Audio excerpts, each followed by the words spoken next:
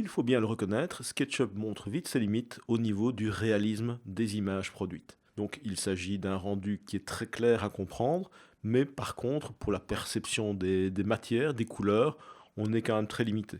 Donc à ce stade-là, on va passer sur un autre logiciel, donc il n'y a pas de possibilité de rendu réaliste directement en SketchUp. Par contre, il existe de nombreuses solutions, soit sous forme de logiciels tiers qui vont récupérer le modèle escapé, soit, et c'est beaucoup plus pratique, sous forme d'extensions qui viennent se greffer à SketchUp pour pouvoir calculer une image. C'est le cas notamment de CRender, qui est le logiciel de rendu que j'utilise.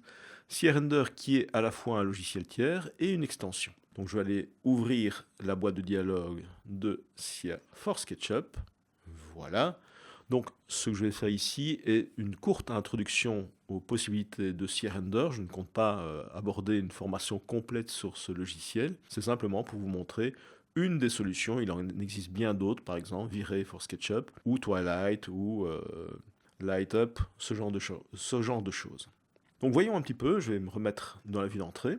Alors on va peut-être utiliser un style d'affichage un petit peu plus light, puisque vous voyez que même avec un ordinateur puissant, l'utilisation d'un style un petit peu artistique ralentit sérieusement les choses. Donc ici, style, et je vais choisir style de documentation de construction. Voyez un petit peu ce que ça donne en utilisant un rendu directement comme ça avec CRender. Donc ici, aucune source de lumière artificielle, uniquement les sources de lumière naturelles. Je n'ai non plus appliqué aucune matière réaliste, donc ce sont simplement les matières de SketchUp qui sont traitées par CRender. Vous avez ici 3 icônes, donc les SIA Tools, les outils, qui vous permettent notamment de configurer la résolution du rendu, le type de lentille, par exemple une projection standard en perspective, ou sphérique ou cylindrique, sphérique qui permet par exemple de générer des vues à 360 degrés. Il y a un effet de profondeur de champ, depth of field, ici qui est désactivé avec un f-number à pinhole, donc là il n'y a aucun effet de flou. On peut choisir le pourcentage et définir la partie, par exemple ici si je choisis une valeur très faible, plus la valeur sera faible, plus l'effet de flou sera important. Donc je pourrais choisir par exemple 1,4 et un autofocus à 1 mètre, ce qui veut dire que tout ce qui sera à l'arrière-plan sera flou. Ici on ne va pas s'en occuper et je vais rester sur Pinhole.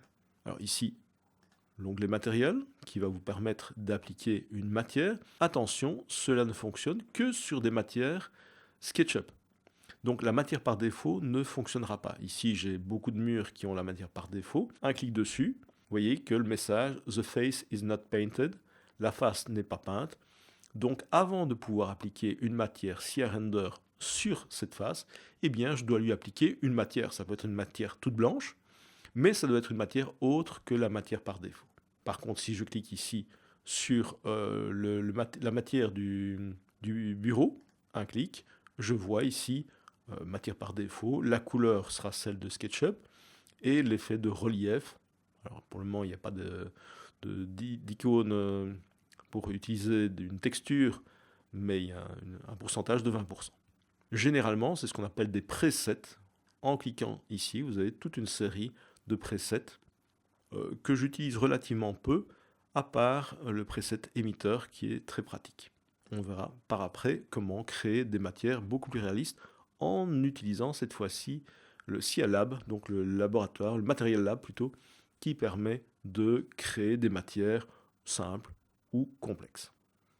Il est possible aussi de créer des sources lumineuses, donc vous avez des point lights qui émettent la lumière dans toutes les directions, un spotlight qui émet la lumière dans une direction bien particulière, avec, si vous le souhaitez, un effet de fall-off, donc il y a une partie qui a une intensité maximum, et puis on a un effet de pénombre de plus en plus.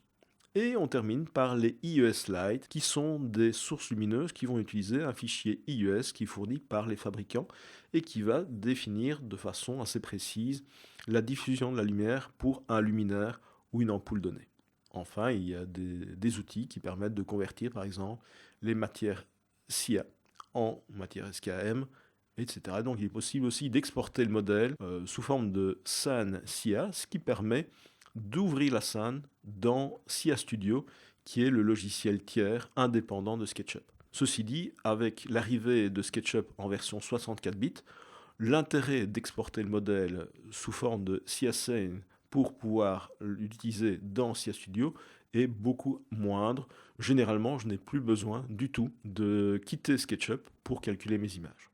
Donc voilà, on va ensuite calculer peut-être rapidement une petite image.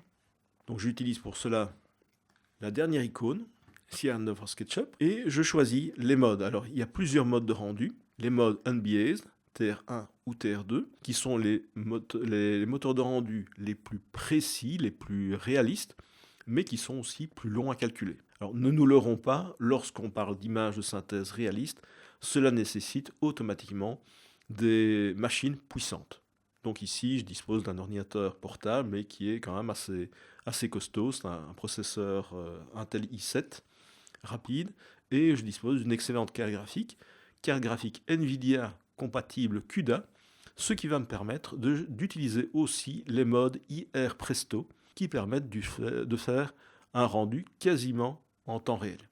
Donc je choisis par exemple ici IR Presto MC, je peux choisir le mode interactif et lancer directement un calcul. Donc là, vous risquez d'entendre le ventilateur qui va augmenter sérieusement de vitesse, étant donné que la machine va chauffer un petit peu plus. Donc rien qu'avec cet effet, donc ici, vous voyez, je vais simplement me déplacer dans le modèle. Voilà, vous voyez que la mise à jour se fait presque en temps réel.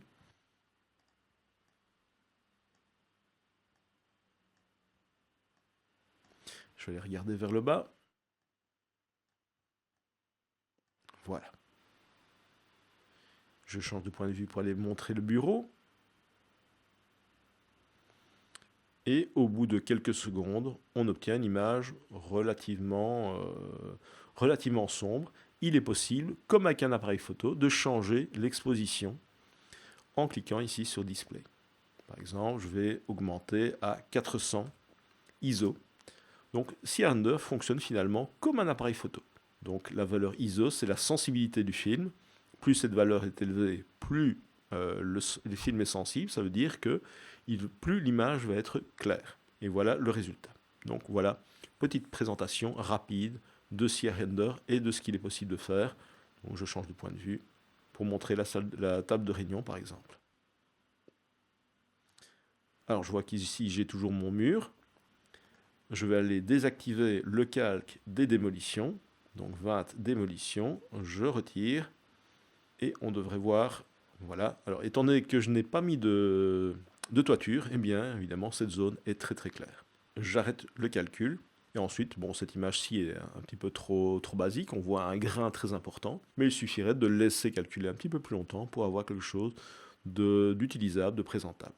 On peut se rendre compte en tout cas tout de suite que si dans la zone en dessous on a suffisamment de lumière, la partie supérieure, donc la chambre, nécessiterait soit de l'éclairage artificiel, soit une augmentation du nombre de percements, par exemple un percement de fenêtre de toit.